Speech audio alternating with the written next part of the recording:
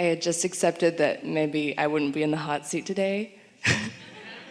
I had just accepted it, and here I am. So you let go of a desire that was working against you. Did you hear that? Yeah. Did you hear that? Yeah. Relationship friend? She let go of a, say it again. I let go of a desire that was hindering me. Huh. Just let go. I just accepted that I'm not going to be in the hot seat. She started to believe that she wasn't going to be in the hot seat, so it was working against her. She was invisible to us. We could not find her. And then when she let go of the contradictory vibration, there she was. In fact, we had to choose you. There were others around you who we had to beat with a stick. I'm glad I made it. So. Yeah. I have to tell you a story, and then I have a question. The story is just to attest to how powerful this is, this law of attraction. I'm an actor, so I work in the theater, and I was backstage one night, and I was feeling a little down. And I listened to one of your recordings, and you told a girl that in order for the love of her life to come in, all she had to do was just think about blue glass and butterflies. And I was thinking, well, what is my blue glass? Like, what would that mean for me? And it wasn't even a second after I thought that. I looked up and I was surrounded by blue light bulbs. They were all turned off, so they weren't even calling out to me. You know, it wasn't like I was showered in blue light. It's just they were right there. So, yeah. Well, the universe is abundant with evidence of your power. And in any moment that you stop working against your own power, then the universe says, here you go, here you go, here you go, here you go, here you go. Yeah. Isn't that nice? Yeah, it is. Yeah. I found you in March, and my life has done a complete 180. I have a job that I love. I got an agent. All of these things that mattered very much to me started manifesting. My issue is this. Because, and let's talk about why before we start. Before I put all the rocks on the trail. And the reason for that is because your vortex had all of these things in it already, all gestated already for you, and something that you began hearing as you began listening to us caused you to be in the receptive mode where you began letting more of those things in. That's all that it was. So you can do that with anything, but issues are harder, aren't they? Yeah. Because something in me thinks that certain issues are bigger than blue light bulbs. But here's the question that we have for you before you get into it. So these things that began happening, are you saying you weren't worried about them? You weren't working against them? I just decided to chill out.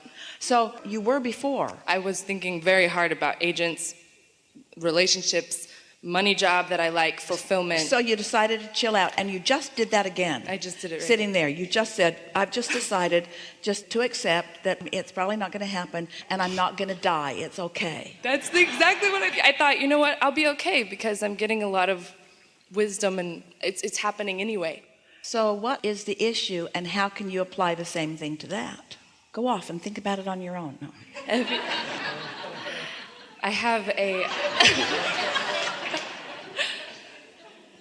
There is a co-creator in my life who has really taught me about unconditional love. Like, I've really had to learn that because of this. And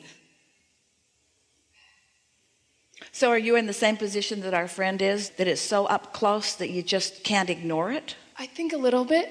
This is what happens every time. Is that person under your chair? Pretty much, very, very close. Every time I come into alignment, this person comes into my life and we have this beautiful season together of just bliss and playing with each other. Exactly what you were describing, where just the best of yourself comes out and plays with the other person, and you don't really need anything from them other than just you're creating together. So that's happened like 3 times, and then something happens where one of us gets scared, or one of us wants to, I like you so much, I need to nail you down. Like, I need to, let's make this something. And it gets rickety. It gets rickety because it's so charged. So does it feel to you that you are the nailer downer, or is the other? The first time, I think it was them. It's been both of us, but lately it's been me, and Let's clarify this. So it goes along and it goes really good, and then I do this thing that doesn't work, and then it doesn't go good. So Abraham, I need your advice. What was the last thing you So, said? Abraham, I need your advice. So it goes along, it goes really good. Oh, so good. And then I do this thing that always ruins it. So, Abraham, I need your advice. And we say, just don't do that thing that ruins it. And you even told us what it was. You told us exactly what it was. And it's the thing you didn't do in the chair just now. You almost did it, and then you stopped doing it because you know it doesn't work, so you stop doing it. So you stop doing it relative to an agent, you stop doing it relative to that, you stop doing it relative to that. You know how to stop doing it. Why don't you stop doing it relative to this? In my mind, it's bigger. I want it. I actually want this more than I even want. Wait, you want that more than being in the hot seat with us? Oh, We're just having fun with you. I want it more. I want it more, therefore I need to pay a bigger price for it. know that that's let's not stay true. there for a minute. Okay. It shouldn't be that easy. I want it so much, I must pay a bigger price for it. That's bad. Only good things come through big prices. That's what you believe, isn't it? I have to pay a bigger price. Right. I have to pay a bigger price. Words don't teach, life experience teaches. So has life experience really taught you that if you pay a big price for something, that it turns out good? Can you give us any examples of that? No. Everything that has happened for me has been just like what just happened right now. Alignment and then. And so how do you think it is that people come to believe that they must pay a bigger price? So just rest with that question. How is it that I have come to believe that I must pay a bigger price? So just think for a minute and then think about where you heard that from. You heard that from those who needed you to do stuff. You heard that from those who said, hey, the world doesn't revolve around you, even though it does. Who said to you, hey, it's not supposed to come easy. You're supposed to have to do all of these things. When I was your age, I had to do this and this and this, and I walked 10 miles both ways in the snow, and we didn't have cars, and we didn't have Twitter, and we're exaggerating from the olden days. Yeah, you sound like my dad. You sound just like my dad. But what we're getting at is, we're just asking you full out from what you've lived and what you know and what you've seen work in your own life, because that's the only thing that counts. You can't take anybody else's word for anything because words don't teach. It's only your own life experience that teaches. Tell us, do you have to pay a big price or not? You don't. And so it's easier to let go of that. So here's a question. Should I have to pay a bigger price for things that I really want than for things that I don't want as much? We're asking all of you. And why is that in this vibrational world? Because it's not about paying a price, it's about lining up with it. So here's the next question. Is it harder for me to think pure thoughts about big things than it is small things? Yeah, it is harder. But why? Why is it harder to think pure thoughts about big things than about small things? Wanting it more, you'd think that it would be easier. Why is it harder to think pure thoughts about things that I really want than about smaller things? There's more resistance the more that you want it. There's more resistance in the things that I really want because I've thought about them longer. Because That's why we're trying to get everybody to set aside, to focus on something else rather than the issue, and the issue will diffuse itself, because the issue will not keep its negative beliefs alive without you. The issue cannot keep its negative beliefs alive without your attention to the issue. And if you take your attention off the issue, those negative beliefs will peter out. They will dissipate. They will become non-players in your vibrational symphony. Do you like that? We came a long way with that. That's really, really good. It's as easy to create a castle as a button. Here we have a really good question for you.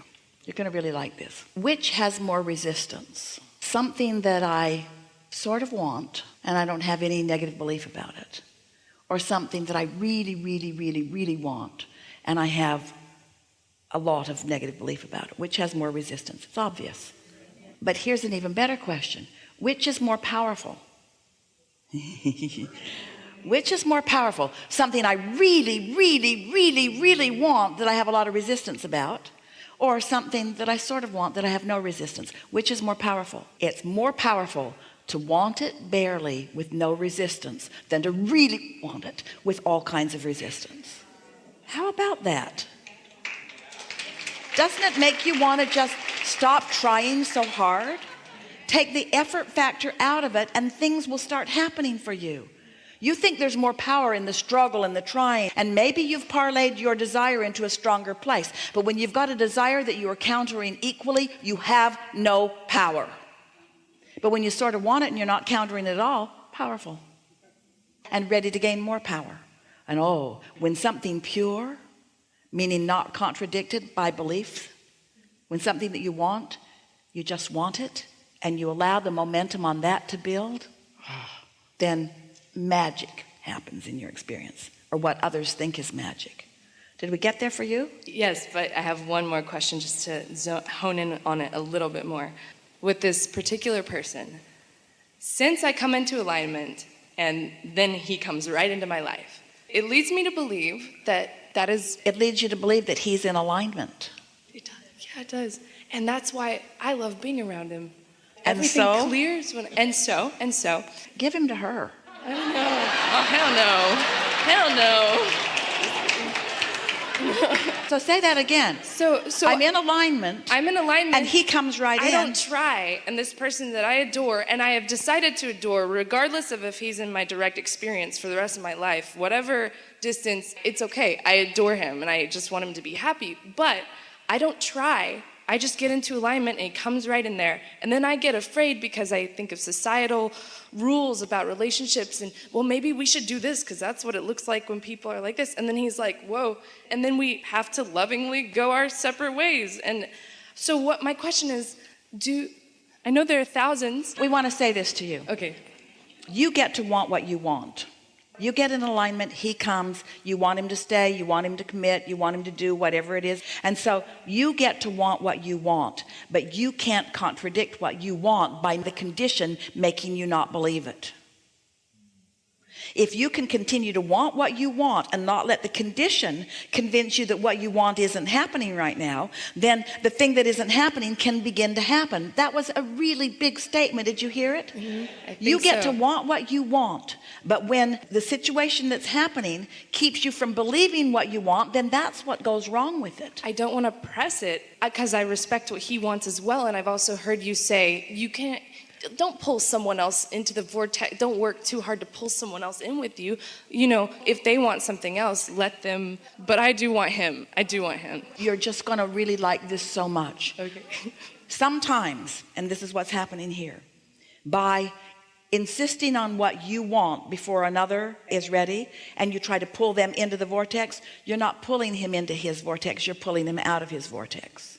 Now, you really can't pull him in or out. So that's why you have to leave him out of the equation. You have to want what you want and believe what you want and allow what you want, and what you want will come, and most likely through him. But when you try to make it be this way right here, right now, before somebody else is ready, the backlash happens. Here's why. Imagine, since everything is vibrational, and the easiest way for you to understand vibrations in your world is to think about sound or electricity. That's a really good way. So think about electricity and think about an open circuit, and think about you being tuned in, tapped in, turned on. You've got all of this energy flowing through you, and you are flowing it toward this desire. Let's say in this case, toward this specific person, this desire about this person, and you're flowing it. But let's say that for whatever reason, that person isn't in complete agreement with what you're doing. Now, the tendency would be to say, okay, then that person has closed their circuit because he wants something different. So his circuit is closed while mine is open, and so I'm getting electrocuted. But what's really happening, since his circuit doesn't have anything to do with your electrocution ever, only your own circuit. So you're flowing, but then his behavior or his condition causes you to think thoughts that close your own circuit. So it's not what he's doing, it's what you're thinking about what he's doing that causes you to close your circuit, and that's what is electrocuting you. And then because you don't feel good, then it feels like it's wrong, and it's not wrong because of the behavior, and it's not wrong because of the person, and it's not wrong because of the decisions of the person. It only feels like it's wrong because you're closing your own circuit with a belief that doesn't match your desire. And when you sat in that chair, you didn't do that.